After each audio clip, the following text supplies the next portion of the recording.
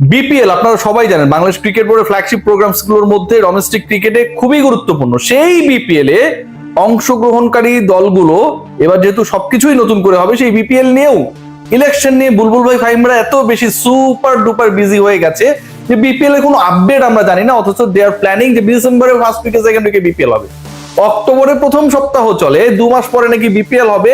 BPL এর player staff, number of teams, number of venues, যেই organisation ম্যানেজমেন্টের কাজ করবে তার প্রেজেন্টেশন কি, কোনো কিছু সম্পর্কে এখন পর্যন্ত আমাদের কাছে কোনো আইডিয়া নেই, কারণ সবাই ইলেকশন কেন্দ্রিক ব্যস্ততায় ব্যস্ত। সৌম্য সরকার যিনি বাংলাদেশের মেন স্কোয়াডে রয়েছেন, সেই সৌম্য সরকারের ভিসার মেয়াদ পেরিয়ে যায়, কিন্তু তাকে পাঠানোর ব্যবস্থা তার আগে করতে পারে না বাংলাদেশ ক্রিকেট বোর্ড ইউএইতে। সেটা নিয়েও কারো কোনো ধরনের মাথা ব্যথা নেই, কারণ সবাই ইলেকশন নিয়ে রয়েছেন। অথচ এই ইলেকশনটা হবে কিন্তু ক্রিকেট বোর্ডে, ক্রিকেট খেলাটা যদি না থাকে এই ক্রিকেট বোর্ডের কোনো অস্তিত্ব নেই। বিপিএল অংশগ্রহণকারী দলগুলোর বর্তমান চ্যাম্পিয়ন যে দল, তারা বলে দিয়েছে তারা অংশগ্রহণ করবে না, গতকালকে বিভিন্ন মিডিয়া আমরা দেখেছি, এবং এর সাথে এডিশনালি অন্যান্য দল এবং অঞ্চলগুলো যুক্ত হবে বলে মনে করা হচ্ছে। ঘটনার সূত্রপাত যেখানটায়,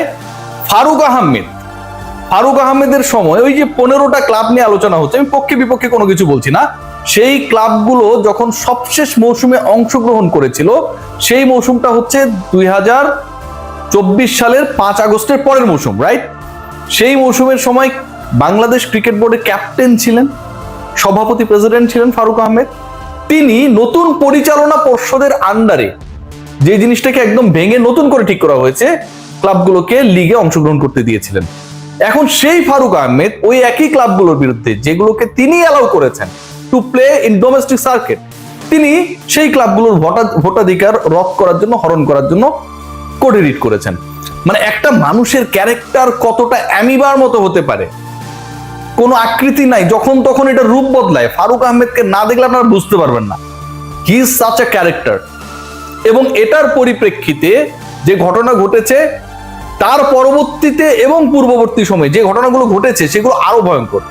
রাজশাহীর হাসিবুল আলম, রাজশাহী থেকে পরিচালক পদপ্রার্থী, তিনি জানাচ্ছেন, সংবাদ সম্মেলন করছেন ক্রিকেট বোর্ডে এসে, যে তিনি নাম প্রত্যাহার করে নিচ্ছেন, কারণ একজন রাজশাহী বিভাগ থেকে, ধরুন আপনি একটা বিভাগ থেকে বিসিবি ডাইরেক্টর হবেন, তাহলে প্যারামিটারটা কি, হবার পদ্ধতিটা কি, সেটা হচ্ছে you have to get the votes from your councillors.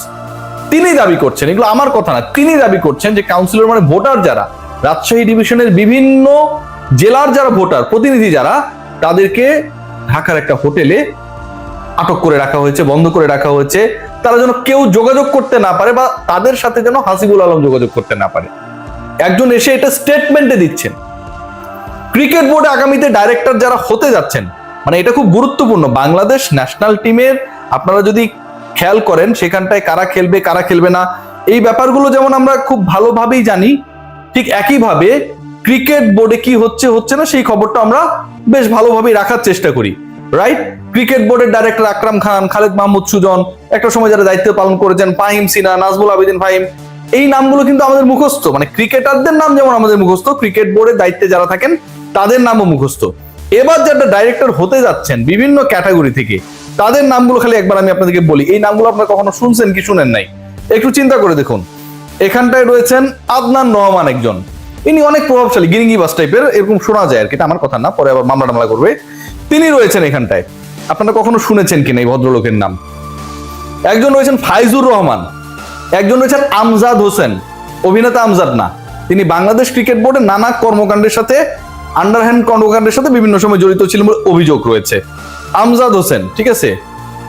Ahsanur Rahman Mallick, ঠিক আছে, এই আইএইচ মল্লিক না, ঠিক আছে, এটা অন্য মল্লিক।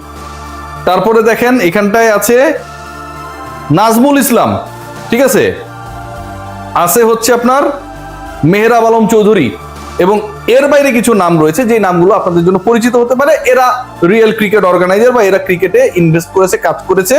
সানিয়ান তানিম রয়েছেন এখানটায়, এই নামগুলোর মধ্যে যদি আমি খুঁজে পাওয়ার চেষ্টা করি, এবং ইশতিয়াক সাদেক, ঠিক আছে, এই দুজন বাদ দিলে এই মুহূর্তে যারা এক্সিস্ট করছে এখানটায় সব, মানে কোন দিকে এরা আসলে কোন ক্লাবের হয়ে কতদিন কন্ট্রিবিউট করেছে সেটা নিয়ে যথেষ্ট প্রশ্ন তোলার সুযোগ রয়েছে। কারণ এই লোকগুলো যদি ক্রিকেট বোর্ডের নেতা হয়, এটা তো স্বাভাবিকভাবে ক্লাবগুলো মানবে না। আবাহনী মোহামেডানের মতো ক্লাব নাই, প্রাইম ব্যাংকের মতো ক্লাব এই ইলেকশনের মধ্যে নাই, লেজেন্ডস অফ রূপগঞ্জের মতো ক্লাব এই ইলেকশনের মধ্যে নাই, এবং সেই ক্লাবের প্রতিনিধি যিনি, ইলেকশনের থেকেও তিনি গতকাল তার মনোনয়ন বা ইলেকশন থেকে নিজেকে সরিয়ে নিয়েছেন। ইন্টারেস্টিংলি, বাংলাদেশের টাকা আমরা আত্মসাৎ করার জন্য, লুটপাট করার জন্য বিভিন্ন জনের কথা বলি না? আমরা কি বলি? যে এরা হচ্ছে টাকা পয়সা নিয়ে গেছে, বিদেশে পাচার করেছে। বিশিষ্ট একটা গ্রুপ রয়েছে, এই গ্রুপের নামটা শুরু হচ্ছে এন দিয়ে, নট বি। অনেকে প্যাচ লাগায়, আমার কন্টেন্ট গুলো কেটে কেটে আবার বিভিন্ন জায়গায় পাঠায়। এদের কোনো কাজ কাম নাই মনে হয়। চুলদারি কাটলে অথবা নিম্নাঙ্গের ওইসব কাটলে ভালো হইতো, পরিষ্কার পরিচ্ছন্ন থাকতে পারতো আমার কন্টেন্ট না কেটে। যাদের ধারণা নাই রিয়াসাত সম্পর্কে, তারা এই কন্টেন্টের বিভিন্ন অংশ কেটে এদিক সেদিক পাঠায়। তো এদের জন্য, এই বি এন্ড সি টাইপের লোকদের জন্য, যারা হচ্ছে এই কামটা করে, ইনবক্স করে বিভিন্ন জনকে, তাদেরকে বলতে যে ওই গ্রুপটার নাম হচ্ছে এন গ্রুপ, রাইট? এদের নামে একটা, মানে এদের নামে না, এদের মালিকানা না, একটা পরিবহনের ব্যবসা আমরা দেখি, এটা তাদের আন্ডারে না। এরা নাকি 12,000 কোটি টাকা একদম উধাও করে দিচ্ছে। 12,000 কোটি টাকা ভাই! আমি যে রুমে বৈশাই ভিডিওটা বানাচ্ছি, এখানে যদি আপনি সব 1,000 টাকার নোট দিয়েও ভরায় ফেলেন, 12,000 কোটি টাকা তাতেও আটবে না, বুঝছেন? এত টাকা লুটপাট করে বিভিন্ন জায়গায় ট্রান্সফার করেছে। তাদের সিস্টার কনসার্ন একটা রয়েছে, সেই সিস্টার কনসার্নের সিইও, যিনি সাপ্লায়ার একজন, অন্য কিছু সাপ্লাই না, মালমূল সাপ্লাই করেন। মাল বলতে আবার ওই মাল না, এই যে ধরেন ট্রাইপড, ক্যামেরা, এটা ওটা, লাইট, হ্যাঁ, ব্যাকপ্যাক, এরকম এই জিনিসপত্র নাকি সাপ্লাই করেন। তিনিও বিসিবির ডাইরেক্টর। একটা সময় আমরা দেখেছিলাম যে আন্দালির রহমান পার্থ একটা সংসদে বক্তৃতা দিয়েছিলেন যে যারা ফার্নিচার বানায় তারা বিদ্যুৎ উৎপাদন করবে, এখন যারা বিভিন্ন মাল সাপ্লাই করে তারা হচ্ছে বিসিবি চালাবে। এদের বিশ্বাস করেন, আমি যেদিন পাবো সামনে, এদেরকে কিছু ক্রিকেটের জেনারেল নলেজ জিজ্ঞেস করব, আপনাদের সামনে সেটা এক্সপোজও করব। Trust me, I will do that. এরা হচ্ছে বিসিবির পরিচালক হইতে যাচ্ছে। এই সমস্ত লোক কোন কোন ক্লাব থেকে এরা আসছে দেখেন, এটাও খুব ইন্টারেস্টিং। এদের ক্লাবগুলোর নাম আপনি দেখেন, যে নামগুলো বললাম, সেই ক্লাবগুলোর মধ্যে কি রয়েছে? রয়েছে হচ্ছে রূপগঞ্জ টাইগার্স, ঠিক আছে? রূপগঞ্জ টাইগার্স প্রিমিয়ার লিগের কোনো ক্লাব না, আমি কি বুঝাতে পারছি? তারপরে রয়েছে উত্তরা ক্রিকেট ক্লাব, নামগুলো শুধু দেখেন, ঠিক আছে? তারপরে হচ্ছে ইন্টারেস্টিংলি যেটা হচ্ছে ইয়াং পেগাসাস, ঠিক আছে? তারপরে রয়েছে গোল্ডেন ইগলস, বুঝছেন? নাম কিন্তু শুনে মনে হচ্ছে এক একটা ক্যালিফোর্নিয়া, নিউ ইয়র্ক থেকে আসছে এখানটায়। এই ক্লাবগুলো বাংলাদেশের টপ লেভেলের ক্লাব একটাও না, একটাও না, ঠিক আছে? রূপগঞ্জ ক্রিকেট একাডেমি, আমার প্রিয় ফারুক আহমেদ, ঠিক আছে? তারপর হচ্ছে কি কাঁঠালবাগান ক্রিসেন্ট ক্লাব। এসব ক্লাবের লোকজন যারা প্রিমিয়ার লিগে একটা ক্লাব চালানোর যোগ্য কখনো হয়নি, বা তাদের যেখান থেকে কাউন্সিলরশিপ নিয়ে এসছেন সেই ক্লাবগুলো টপ লেভেলে কখনো খেলেন নাই, এরা হচ্ছে বাংলাদেশের ক্রিকেটের ডিসাইডার হবে। রাজশাহীতে নাকি সবাইকে আটক করে রাখা হয়েছে।